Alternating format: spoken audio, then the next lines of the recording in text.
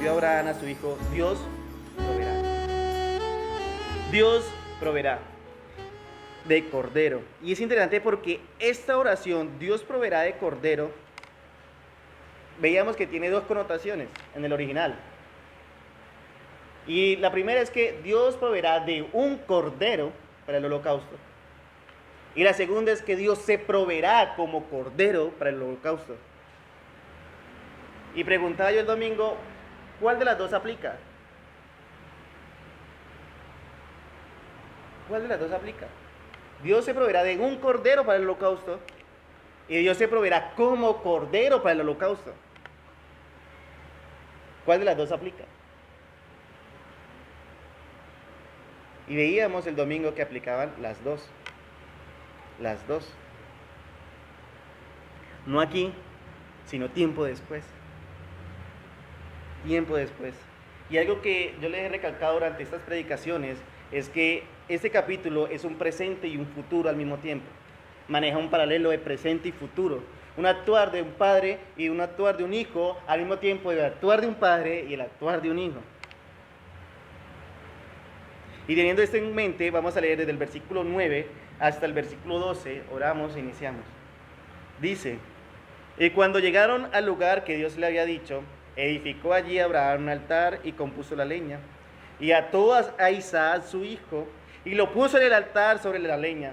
Y extendió a Abraham su mano y tomó el cuchillo para desgollar a su hijo. Entonces el ángel de Jehová le dio voces desde el cielo y dijo: Abraham, Abraham. Y él respondió: heme aquí. Y dijo: no extienda tu mano sobre el muchacho, ni le hagas nada, porque ya conozco que temes a Dios, por cuanto no me rehusaste a tu hijo, tu único. Vamos a orar. Señor, gracias por tenernos aquí en tu casa, en tu templo, Señor. Me presento ante ti como el más vil y menospreciado de este mundo, que por tu gracia, por tu infinita gracia, me has escogido para llevar el mensaje de tu palabra. Permite, Señor, de que sea exponiendo fielmente lo que has escrito, el mensaje que has dejado, Señor, para que podamos, Señor, ser edificados una vez más en ti.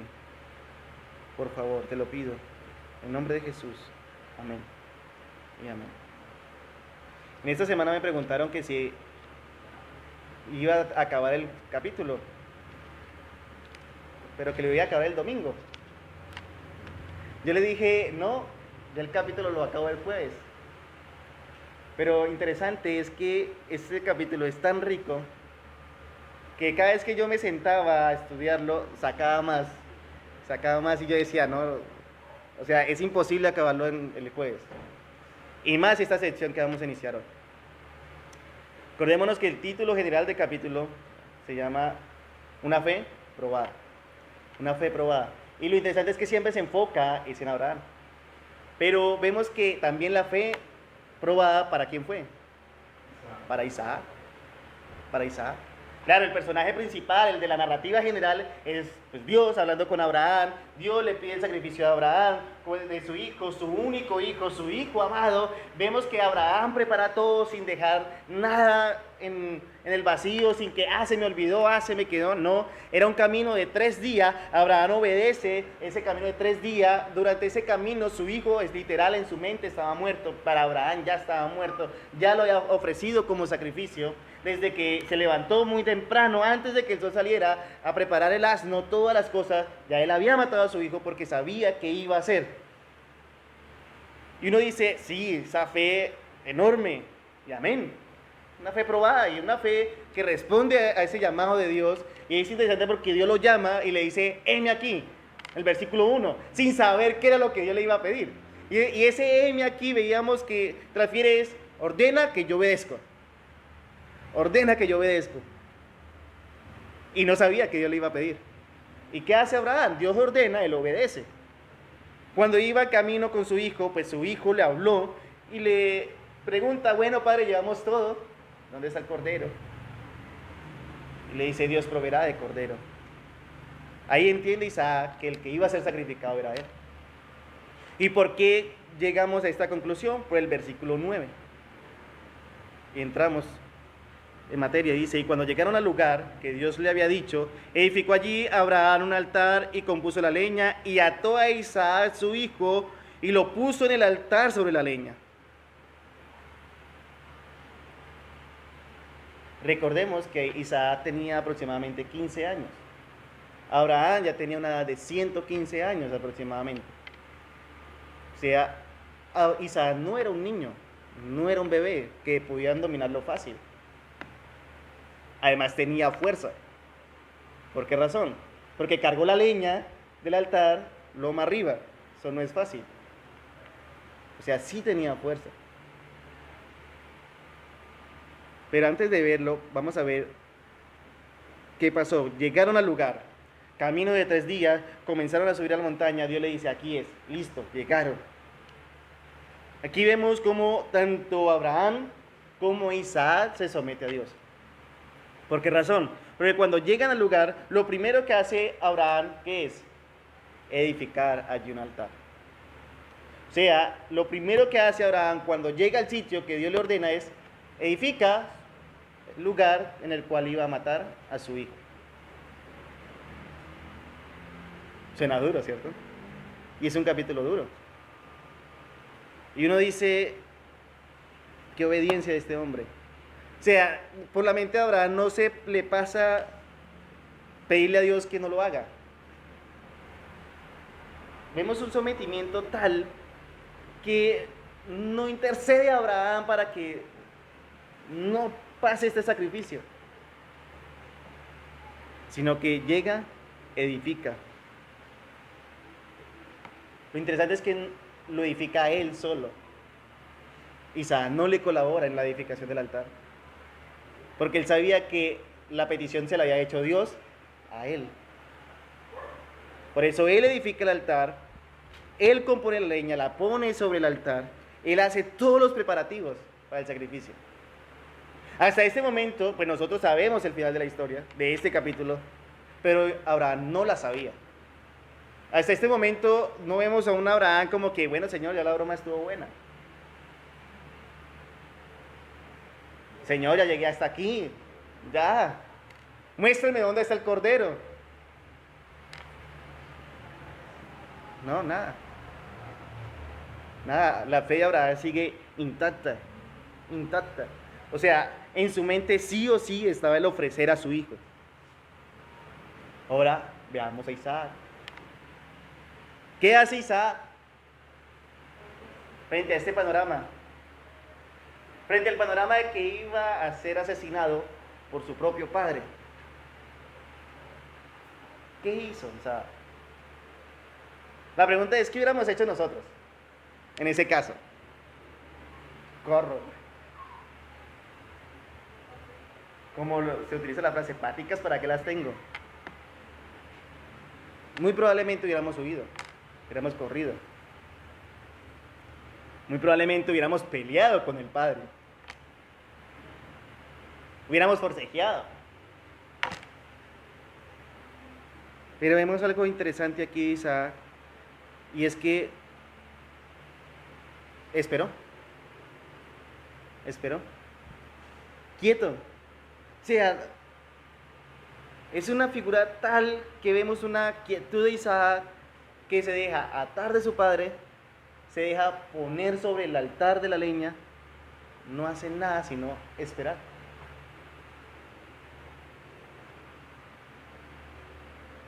Isaac sabía que si su padre estaba obedeciendo a Dios, Dios lo iba a levantar, porque allá había escuchado a su padre que iban a volver.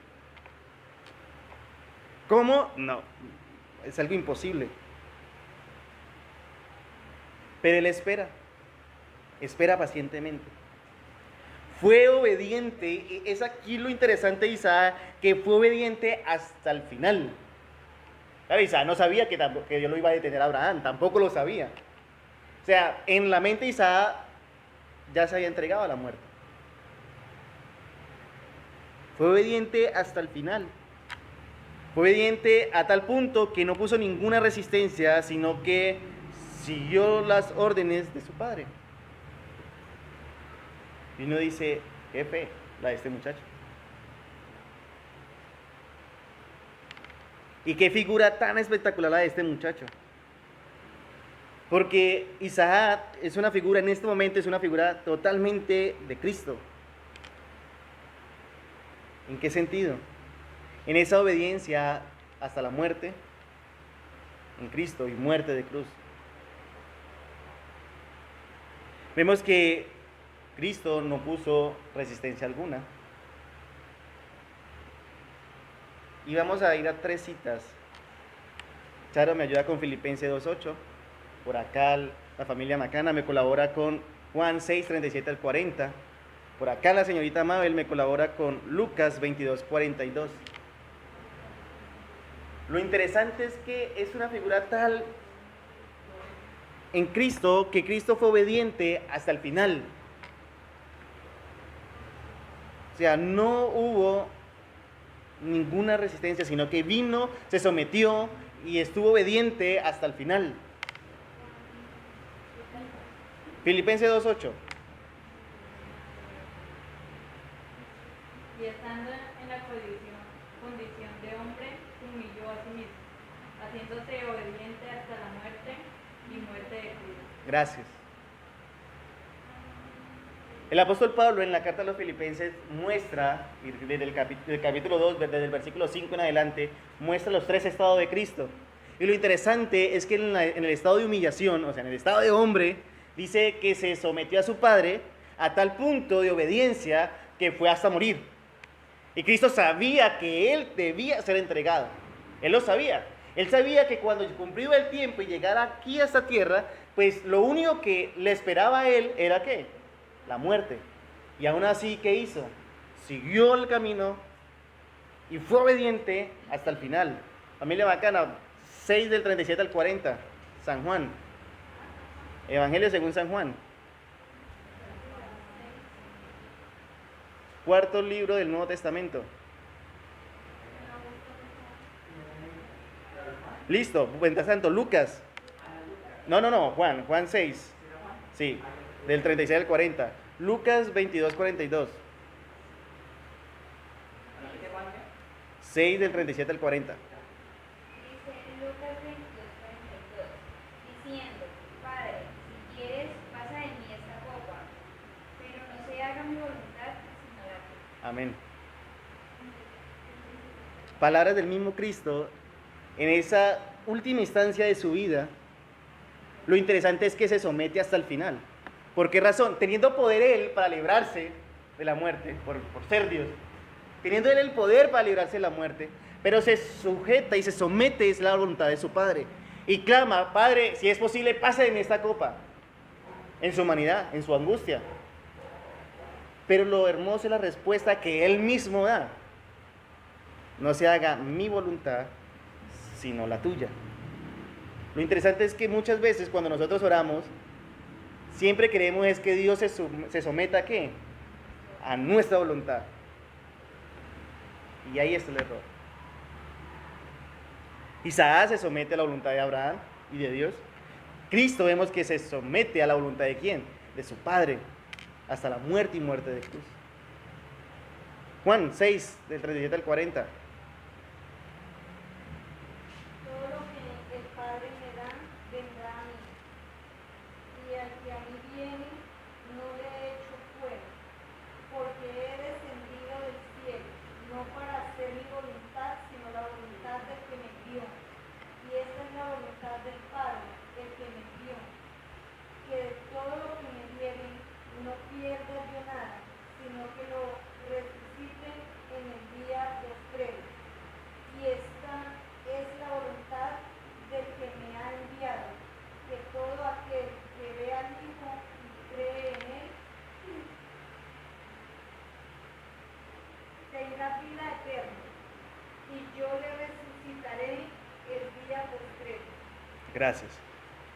Quise tomar todo el pasaje para tener una idea, pero el centro está en el versículo 38. ¿Qué es la exclamación que hace Cristo?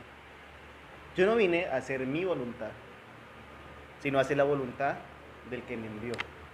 Sometimiento total a su Padre. Por eso este capítulo 22 de Génesis, en este pedazo de este capítulo, en esta porción, es una figura de Isaac, Isaac, figura de Cristo, en sometimiento, en obediencia hasta el final de su vida. Si uno sigue leyendo el libro de Génesis, de Isaac no hay muchos hechos así como que uno diga, wow, vale la pena Isaac.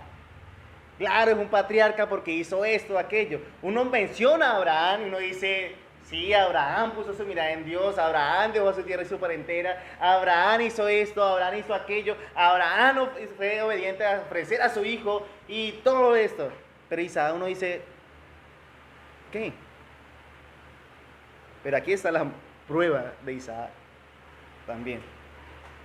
No es que Isaac pase desapercibido, sino que aquí está la prueba tanto para Abraham como para Isaac.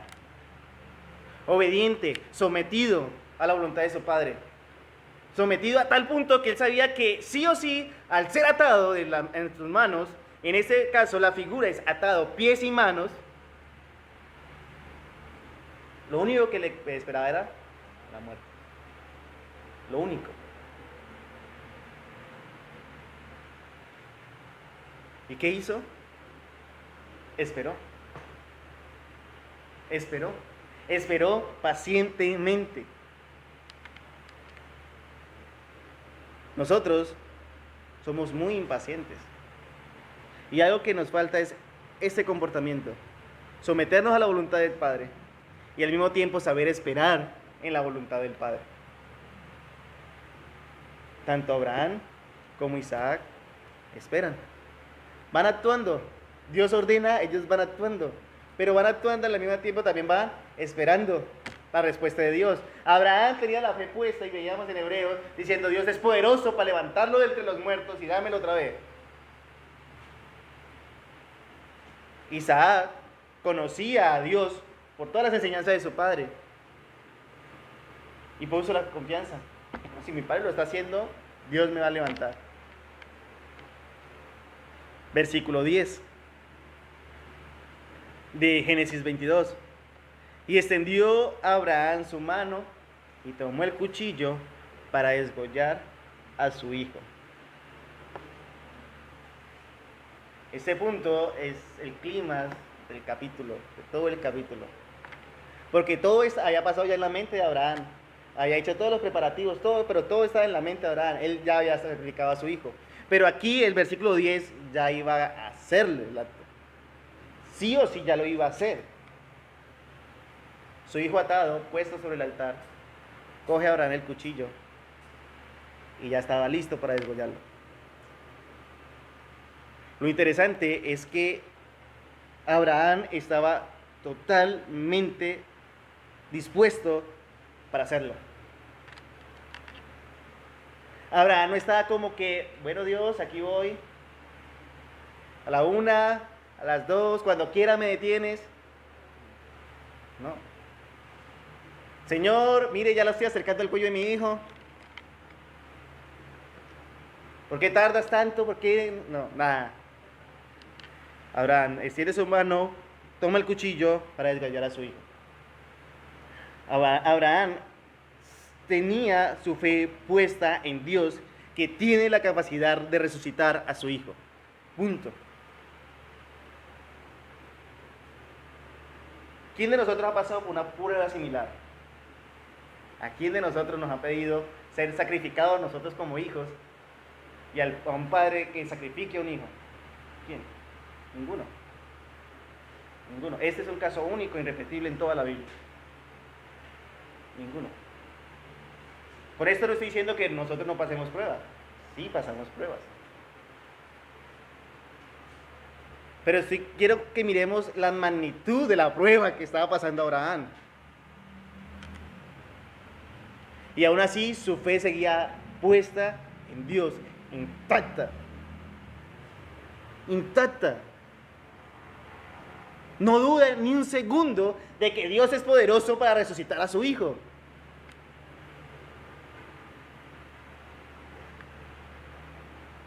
Nosotros dudamos todo el tiempo del poder de Dios.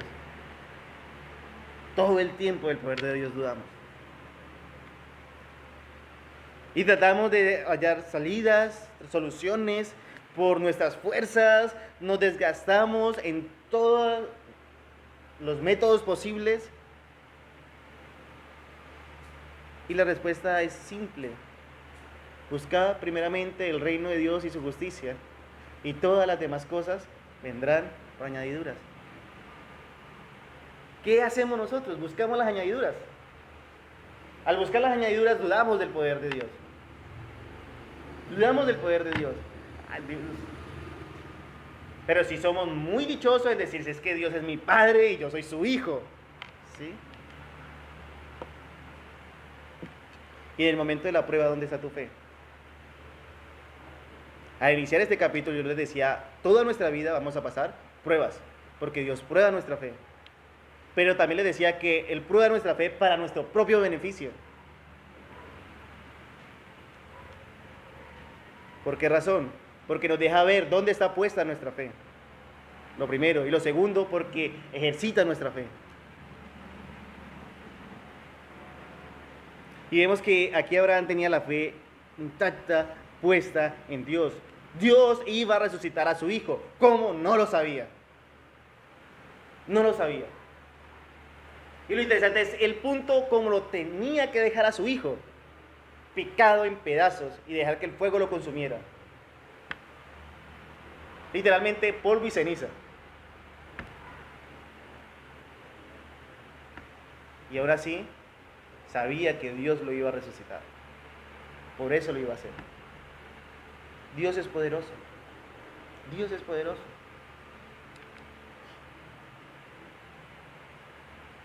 ¿Por qué dudamos tanto? Dios es poderoso. Mira, Abraham no sabía el final de la historia y aún así ponían su confianza en Dios. Nosotros sabemos el final de la historia. Y es más, tenemos registro en toda la Biblia de cómo Dios actúa en su poder, en su gloria, en su majestad y todo. Que no hay nada imposible para Dios, no lo hay. Y aún así, ¿qué hacemos? Dudamos. Dudamos. Dice el apóstol Pablo en Romanos, las cosas que se escribieron antes, para nuestra enseñanza se escribieron, a fin de que con la paciencia y la consolación tengamos todas las promesas. Pero pasa alguna adversidad en nuestras vidas, ¿y qué decimos? No, Dios no puede. Dios es poderoso. Dios es poderoso.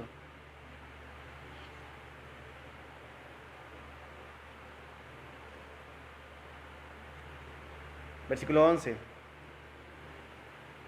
Entonces el ángel de Jehová le dio voces desde el cielo y dijo, Abraham, Abraham.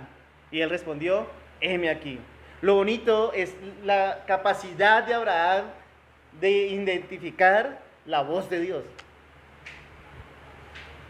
Él sabía cuando Dios le hablaba. Él lo sabía. Y veíamos predicaciones anteriores el por qué él sabía cuando Dios le hablaba. Y era por esa comunión que él tenía con Dios. Él había aprendido a conocer la voz de Dios.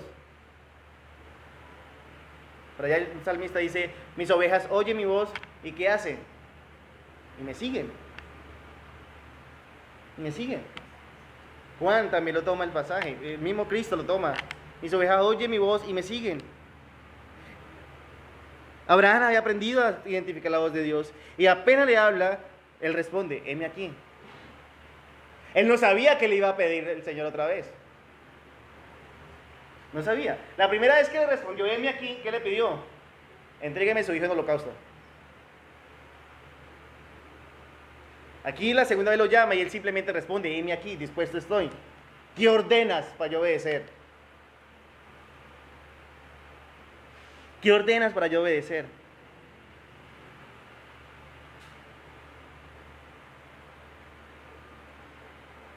¿Cuántas veces Dios nos hace ese llamado a nosotros?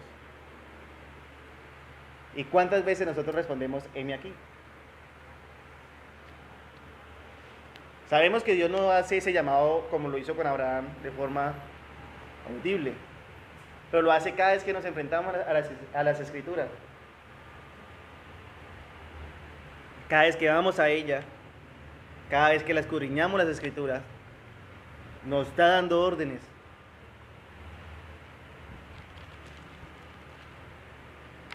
Y tenemos la capacidad suficiente para poder decir, es la voz de Dios, Señor, aquí estoy.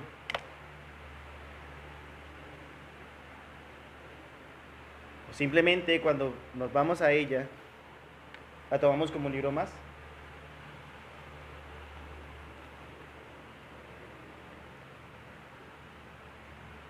Muchas veces, de manera personal, tomo yo libros, leo. No soy el de leer libros, lo confieso, pero sí de vez en cuando leo libros. Cuando no me interesa el libro, lo tomo como uno más. Y ya, yo sé que a muchos nos ha pasado eso. Si no es del género que nos gusta, si la lectura, si el contenido no es como de nuestro agrado, simplemente, ahí es más, muchas veces ni lo terminamos de leer. Y ya. Y muy lastimosamente la iglesia está tomando la Biblia como un libro más. Como un libro más. Como que, sí, interesante, tiene historia. Los que nos gusta la poesía, sí, tiene parte de poesía, cánticos, wow. Pero no pasa de más allá, de ese asombro. Pero no prestamos oído cuando Dios nos hace ese llamado. Y decimos, Señor, yo quiero que edifiques mi vida, Señor, yo quiero que edifique mi casa, Señor, yo quiero que ordene mi caminar. Dios manda, ¿qué hacemos? Oídos sordos.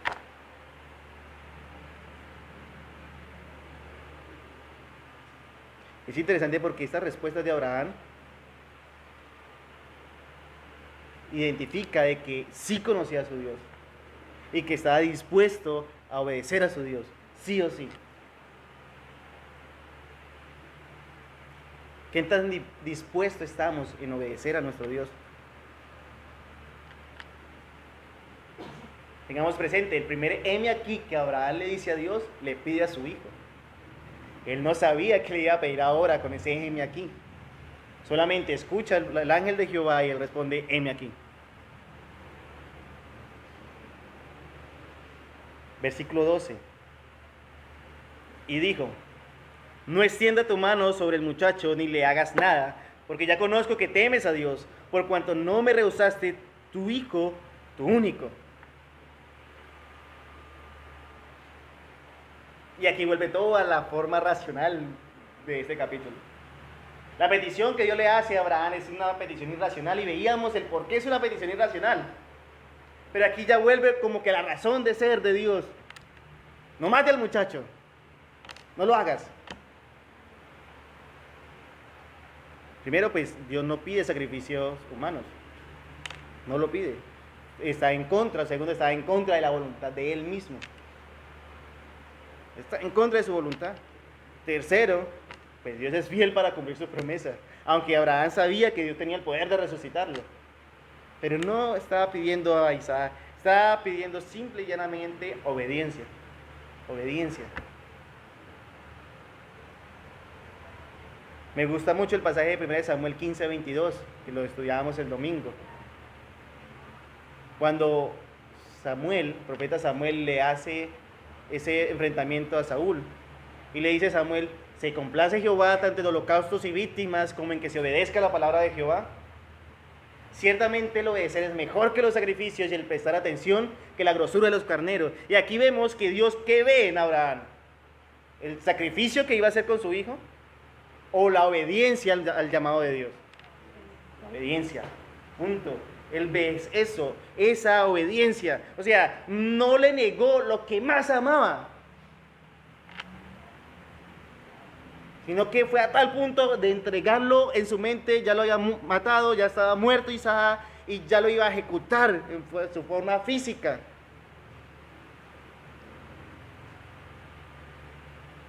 Por eso el llamado de Dios. No extienda, no lo haga, no mate al muchacho. No extienda tu mano sobre el muchacho ni le hagas nada. Dios nunca llega tarde, iglesia. Tengamos eso presente. Dios nunca llega tarde. Como que, Dios estaba demorando un poquito más y Abraham hubiera matado a Isaac. No, Dios nunca llega tarde. Nunca. O nada se le sale del control de Dios. Nada.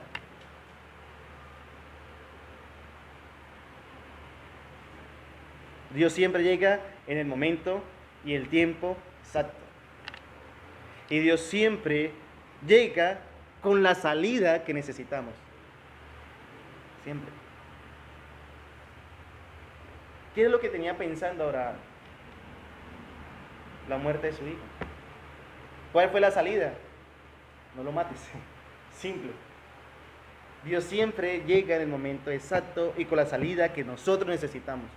No con la salida que nosotros pensamos que es nuestra salida, sino con la salida que nosotros necesitamos. Y algo que nosotros debemos tener en cuenta es que siempre la respuesta de Dios está conforme a su voluntad. Siempre. No conforme a las nuestras.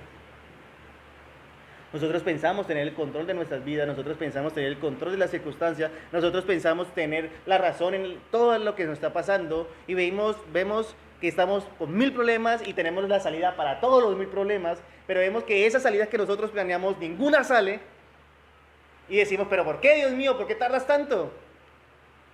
No es que Dios no está tardando. Simplemente todavía no es tiempo. Y no es la salida de Dios. Hay que aprender a poner la fe, los ojos en Jesús, en Dios. Por eso dice el escritor de Hebreos, puesto los ojos en Jesús, el autor y consumador de nuestra fe. ¿Por qué razón? Porque muchas veces nuestra mirada está puesta ¿en qué? Puede ser en las promesas, puede ser en las circunstancias, puede ser en lo que nos está rodeando, puede ser en las aflicciones de nuestras vidas, puede ser en nuestro dinero, puede ser en nuestro fracaso, puede ser en nuestra propia fuerza. Puede ser en 1000 cosas, pero no está puesta en Dios. Y este capítulo nos muestra que la mirada, la fe debe estar puesta en Dios. Tiempo exacto, momento exacto, salida precisa. Cuidado. ¿Por qué? Simplemente por ser obediente. Por la obediencia de Abraham. Por la obediencia de Abraham.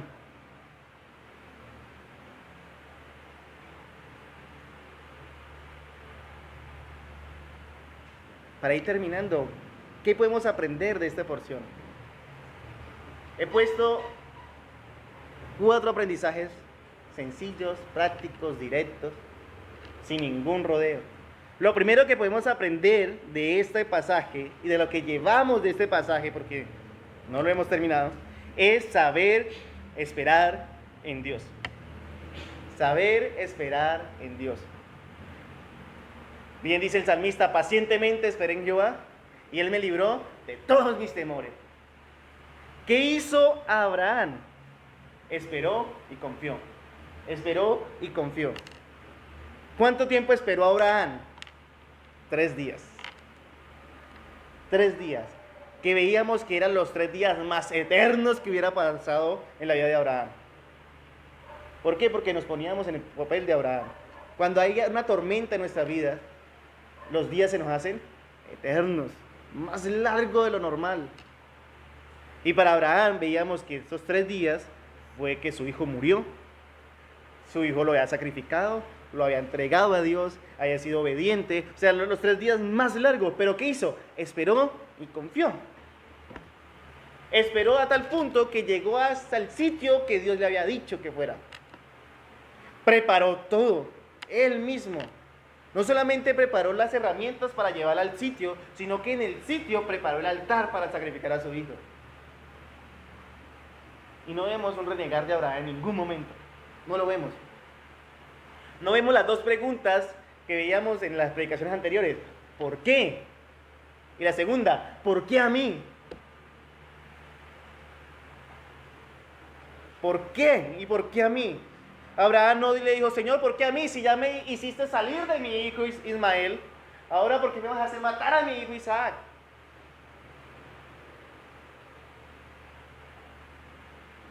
No, esperó y confió. ¿Confiaba en qué? En que Dios era poderoso para levantar a su hijo de entre los muertos.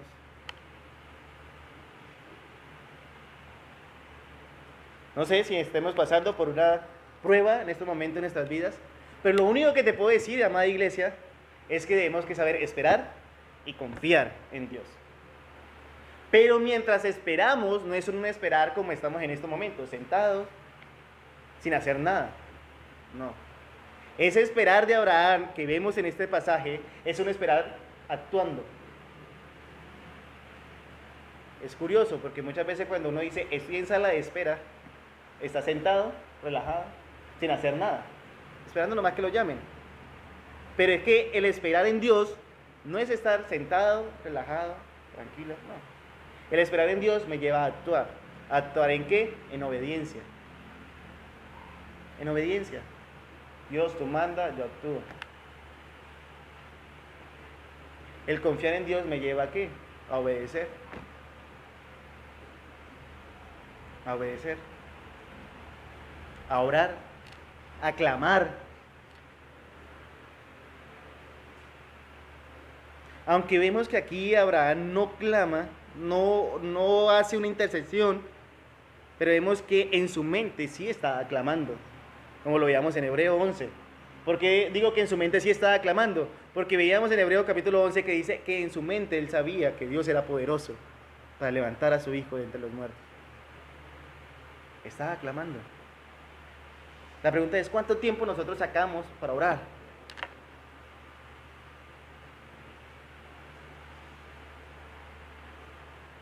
¿Cuánto tiempo nosotros sacamos para escuchar la voz de Dios? Créame, iglesia, si no sacamos ese tiempo suficiente, esa espera se nos puede hacer aún más eterna. Esperar pacientemente al Señor. Lo segundo que podemos aprender de lo que llevamos hasta el momento es que Dios probó el corazón de Abraham y salió la verdad que había en el corazón de Abraham. ¿Y cuál es esa verdad? Lo dice el mismo versículo 12, cuando dice, porque ya conozco que temes a Dios. ¿Cuál es la verdad que había en el corazón de Abraham? Que temía sinceramente a Dios. Aunque Abraham amaba a su hijo verdaderamente, pero amaba aún más ¿a quién? A Dios que le había dado a su hijo.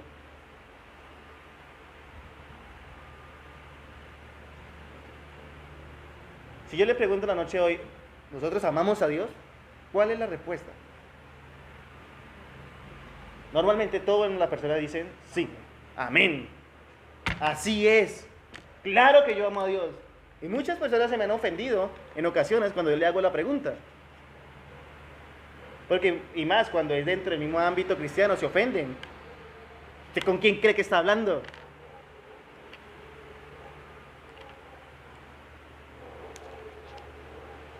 Pues la pregunta siguiente sería, ¿temes a Dios?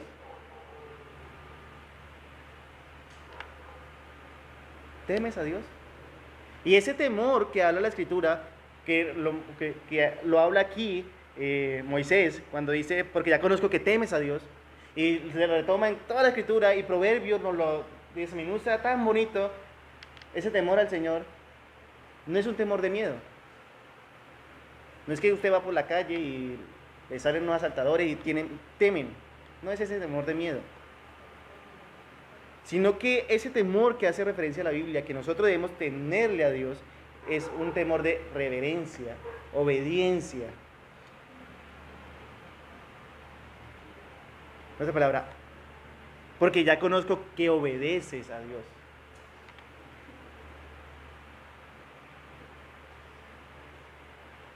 La pregunta es, ¿tememos a Dios?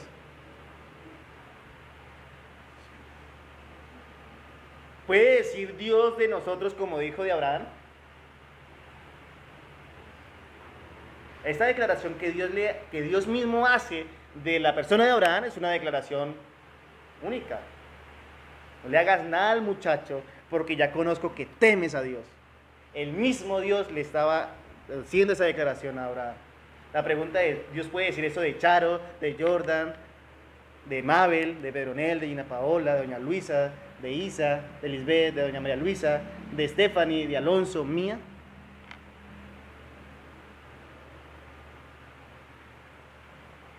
¿Y por qué digo que ese temor se relaciona o es igual a obediencia?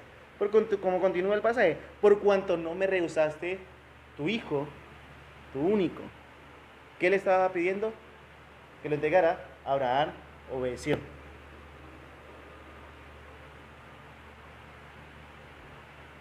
Entonces lo segundo que podemos aprender es que en el momento de la prueba, pues sencillamente se deja ver la verdad que hay en nuestro corazón.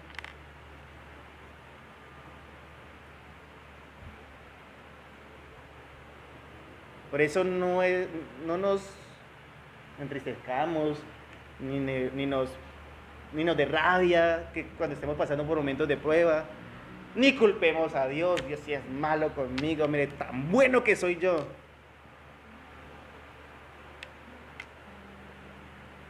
Dice el apóstol Pablo en Romano, no hay justo ni aun uno, no hay quien haga lo bueno, no hay ni siquiera uno. No puedes argumentar que eres bueno.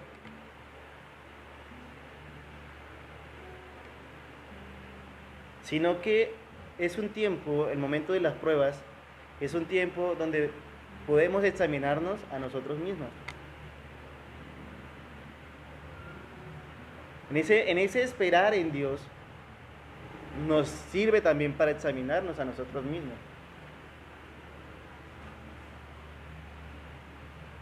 ¿Dónde está puesto nuestros ojos? ¿Qué es lo que en verdad hay en nuestro corazón? ¿Hay ese buen tesoro en nuestro corazón? ¿O simplemente es un corazón no regenerado, que sale todo lo malo? Ese momento de la prueba nos deja ver si somos verdaderos adoradores. Y el domingo explicaba yo qué es ser un verdadero adorador, y que lo trata toda la escritura.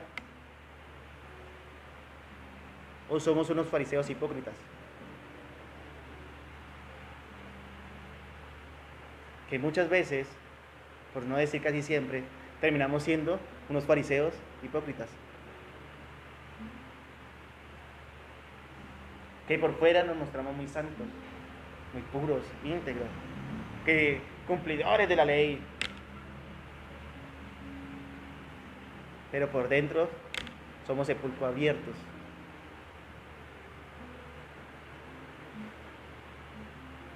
Eso nos deja ver este capítulo, esta porción que hemos estado estudiando.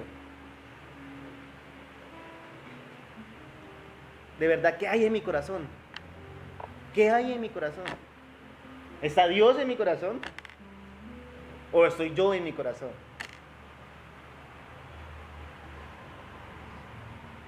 Voy en la segunda, ¿no? Tercero. Lo tercero que podemos ver y aprender es que Abraham amaba a Isaac.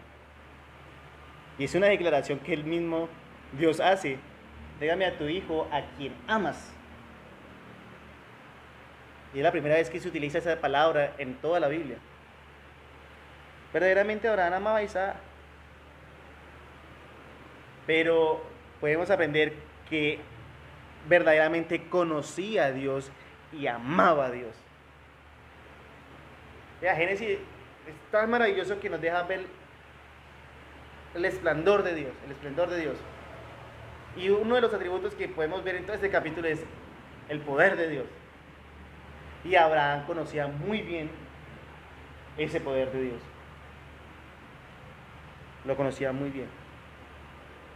En los momentos de la prueba, también podemos ver qué amamos más. Y si verdaderamente conocemos a Dios. ¿Qué amamos más? Y si verdaderamente conocemos a Dios. Yo les ponía un ejemplo del águila, ¿se acuerdan? Y ese ejemplo lo ha dado el pastor Pedro también acá. El águila, cuando están sobrevolando los mares y ven esos peces grandes, buenos, se tiran en clavada para cazar, para agarrarlos y poder tener alimento. Pero muchas veces es más grande el ojo que la barriga, como dicen por ahí, y cogen los peces más grandes y más pesados. Pero, ¿qué pasa con el águila? A mayor peso pierden altura, no pueden volar. y terminan hundidas en el mar por esos peces. Y es cuando se encuentran las águilas en las orillas de las playas, muertas. ¿Qué amaba el águila? Su comida. Tanto que lo llevó ¿a qué? A la muerte. En los momentos de la prueba nos deja ver eso. ¿Qué es lo que más amamos?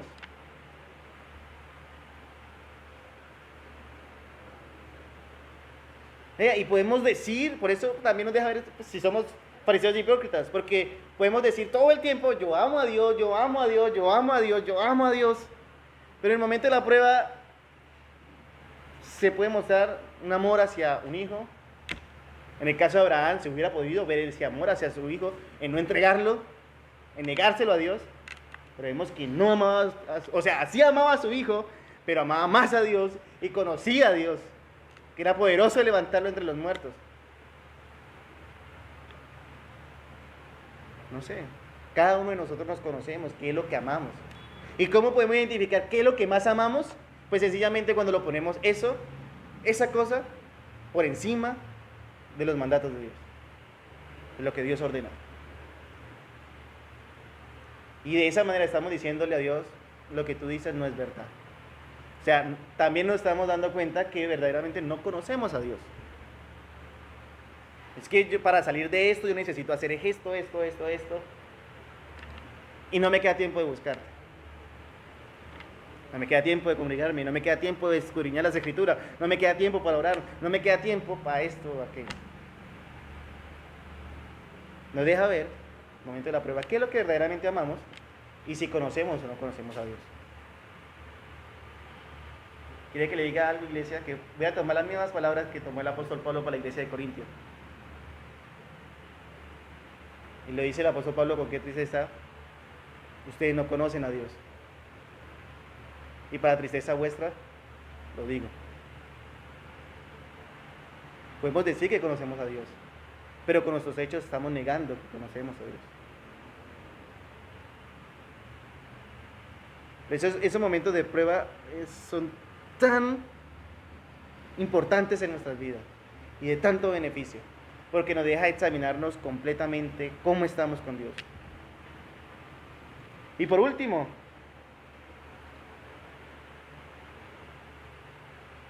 cuando Dios le pide a Abraham esa muestra de amor para con él, se lo pide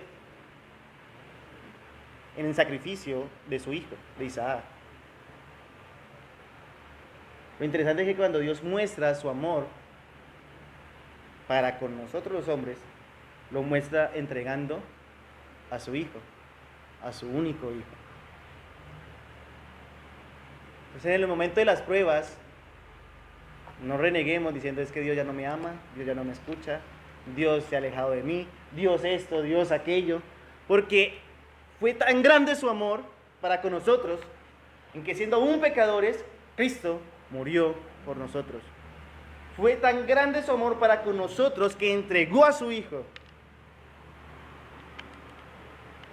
¿Se acuerdan la predicación del domingo 27 de octubre? Los pasajes centrales, versículos centrales. Fueron Romanos capítulo 8, pues en la publicidad decía del 29 al 30, pero en sí lo tomamos desde el 28 en adelante. ¿Se acuerdan qué decía? Dice Romanos capítulo 8, el apóstol Pablo, desde el 20, no lo voy a decir todo, voy a decir desde el 28 en adelante hasta el 31, dice, hasta el 32, perdón, dice, y sabemos que a los que amamos a Dios, todas las cosas nos ayudan a bien. Esto es, a los que conforme a su propósito son llamados, porque a los que antes conoció, también los predestinó para que fuesen hechos conforme a la imagen de su Hijo, para que Él sea el primogénito entre muchos hermanos. Y a los que predestinó, a esos también llamó, y a los que llamó, a esos también justificó, y a los que justificó, a esos también glorificó. ¿Qué pues diremos a esto? Si Dios es con nosotros, ¿quién contra nosotros? Y el central, que quiero que no se nos escape de nuestra mente, el que no escatimó a su propio Hijo, sino que lo entregó por todos nosotros, ¿cómo no nos dará también con Él todas las cosas? Ahí muestra Dios su amor para un pueblo que no merecía ver el amor de Dios. Ninguno de nosotros merecía ver ese amor. Pero Dios, en su infinita bondad, muestra su amor para con nosotros. que nos entrega ¿a quién? A su Hijo. A su Hijo. Claro, uno dice, qué alivio para Abraham, ¿no? No fue sacrificado Isaac, pero es que la historia no termina. Cuando vimos al inicio ese monte Moriah, veíamos que ese monte Moriah todo el tiempo estaba relacionado ¿con qué? Con el sacrificio, porque tiempo después, en ese monte Moriah, Salomón construye el templo, y en ese monte Moriah se presentan todos los sacrificios para el perdón de pecados del pueblo constantemente. Pero tiempo después, en ese mismo monte Moriah, es crucificado nuestro Señor Jesucristo. Por eso hay una unión en la historia. En ese mismo monte. En ese mismo monte, Dios, tiempo después, coge el cuchillo y desgolla a su Hijo.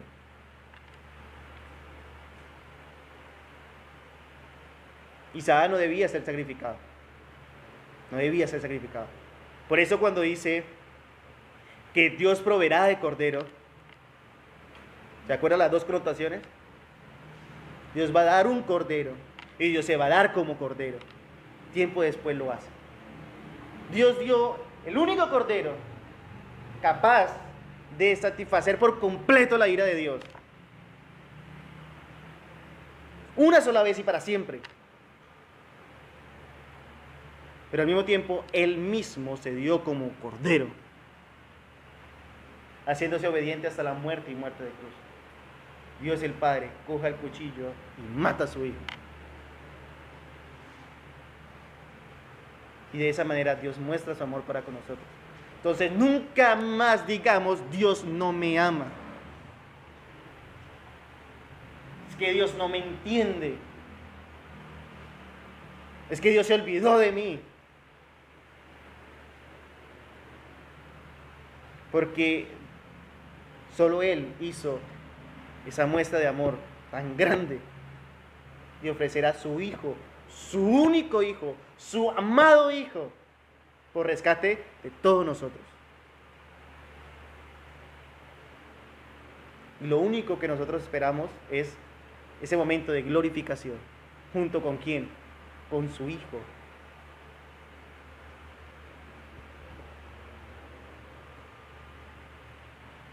Y así termina el versículo 12 diciendo, por cuanto no me rehusaste tu Hijo, tu único. De esa misma forma, Dios no rehusó a su Hijo, su único, por amor de su pueblo. En los momentos de la prueba, pongamos nuestra mirada en Dios. Recordemos lo que Dios hizo 2024 años atrás aproximadamente, en el monte Moriah. Así como Abraham alistó todas las cosas, hemos visto que Dios alistó todas las cosas. Alistó todo sin faltar cosa alguna, a tal punto que alistó hasta el mismo árbol en el cual iba a sacar el madero con el cual su hijo iba a ser crucificado. Si llegas a olvidar, mira otra vez atrás y ve ese amor tan grande de Dios. Tan grande de Dios. Y mirando atrás, mira al mismo tiempo hacia adelante. ¿Y qué nos espera? Esa corona de vida, juntamente con Cristo.